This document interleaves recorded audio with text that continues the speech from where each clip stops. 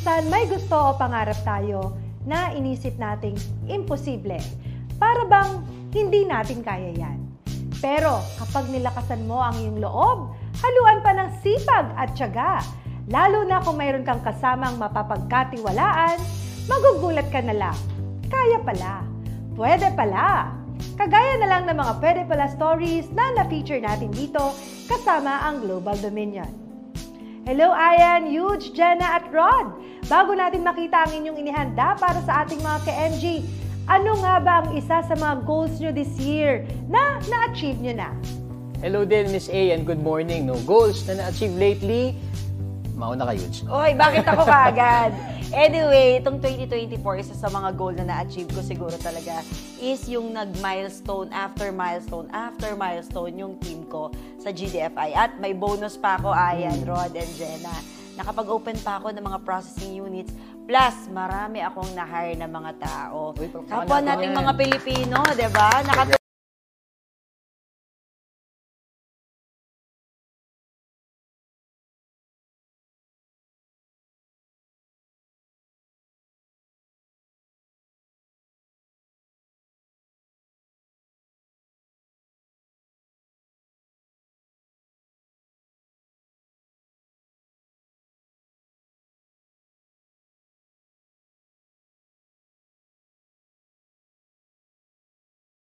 Goals ko, which is mga additional. So, yun. Sana more of it pa sa mga susunod na taon. Jenna, ikaw?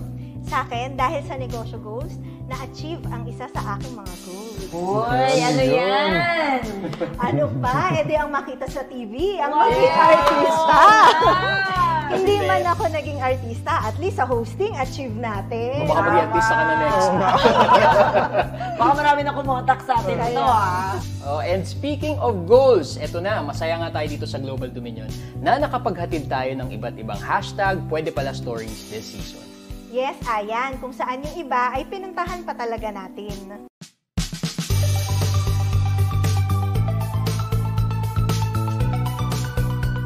Oh, nagkakabilangan na rin lang. Sige nga, balikan natin yung pinakatumatak sa atin na pwede pala stories. Okay, ako na mauna. Sige. Siyempre, doon ako sa CEO natin na yung pangarap niya nung bata siya, ginawa niyang reality, no? Hindi siya sumuko until ma-achieve niya. Kaya tayo nandito ngayon. It's really the officers and employees. Yan talaga ang magdadala sa iyo, no? Kasi pag matibay ang organisasyon mo, matibay ang mga officers mo, talagang malayo ang mararating mo. Tama, oo, syempre. Sa akin, ang pinakatumatak, syempre, yung kay Nanay Julie. Kasi hindi naging hadlang yung age niya para matupad pa rin niya yung pangarap niya, mapagraduate niya yung mga anak niya, makabili siya ng bahay, at makabili ng mga sasakyan. Take note, mga sasakyan. Nagsikap ako talaga. Kasi sa pagsisikap po, unang-una inisip ko, tiyaga.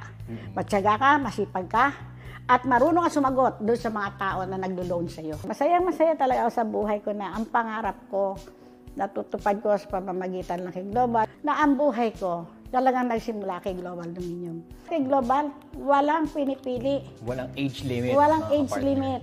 At pagdating sa pagkatao mo, kay basurero ka, wala kang pinag-aralan, tatanggapin ka.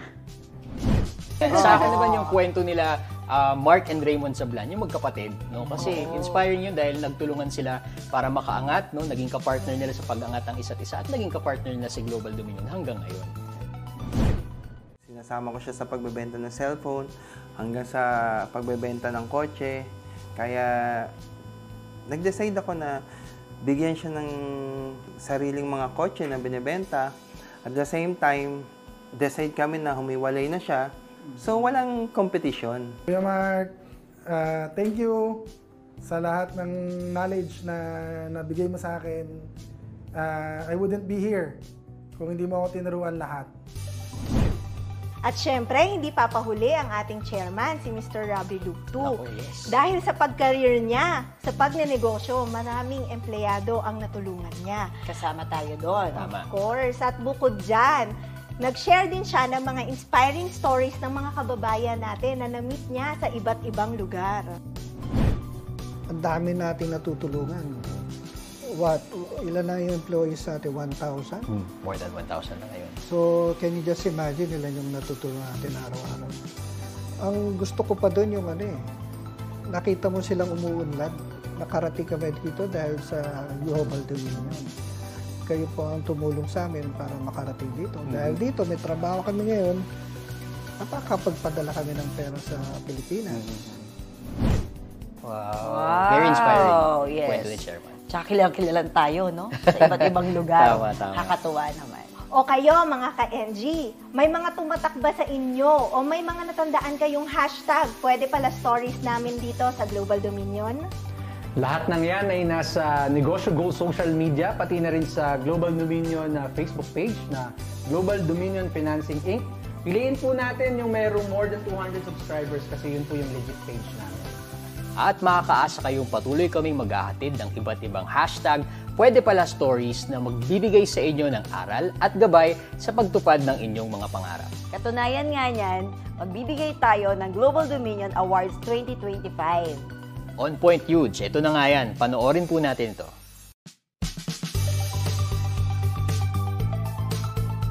Magandang araw mga kapartner. Alam nyo ba na ang Global Dominion ay may inihanda para sa inyo? Ayan, alam mo ba na tayo ay pinarangalan ng iba't ibang award-giving bodies, hindi lang dito sa Pilipinas pero pati sa abroad. Siyempre naman, Huge. Alam ko yan, nabalitaan ko nga yan. At kung ang Global Dominion this year ay award-winning, next year, award-giving na rin ito. Wow! So, this time tayo naman na magbibigay. Tayo naman ang magre-recognize sa mga kapartner nating small and medium enterprises, mga businessmen sa buong Pilipinas. Ano-ano yung mga awards na ibibigay natin, Aya? Buti na tanong mo, Huge. Kabilang na nga dyan ang Most Innovative SME Award, Fastest Growing SME Award, at yung award na tinatawag nating CARE, or yung Community, Altruism, Relationships, and the Environment. Yan. Kung may concern sila doon, with all those four, baka ma-nominate or manalo sila for that specific award. Wow, nakaka-excite yan, Ayan. Pero may question ako. Yung pwede bang sumali dito sa pa-promo natin or pa-award natin, limited lang ba yan sa mga GDFI clients? Naku, magandang tanong, Huge. Kasi mga ka-NG, mga ka-partner, hindi siya limited to mga ka-partners ni Global Dominion. Open to all siya. Kaya sa mga may negosyo or sa mga negosyante sa Luzon, Visayas at Mindanao, pwede po kayong mag-apply or mag-nominate ng kilala ninyong SME sa bawat kategorya ng Global Dominion Awards. Wow, nationwide pala ito. Tama. Pero, paano sila mag-a-apply or kailan ba ang pag-nominate? Maganda rin at natanong mo yung mga yan. Open na po ang nominations for Global Dominion Awards 2025 at nakikita niyo po ngayon sa inyong screen, dyan sa ibaba ng inyong screen, ang link para makapag-nominate. Kaya madaling-madali lang kasi all you have to do is to click that link for nomination at ikikwento niyo po doon yung story or yung narrative as to bakit sila yung deserving manalo ng mga awards na nabanggit natin kanina. Ayan, nakaka-excite yan. Ayan, so hintayin natin yung mga magno-nominate ng mga successful na mga SME sa buong Pilipinas. Kaya, click na. And for sure, marami yan na mga deserving na maging most innovative or fastest growing businesses. Kaya tama, click na.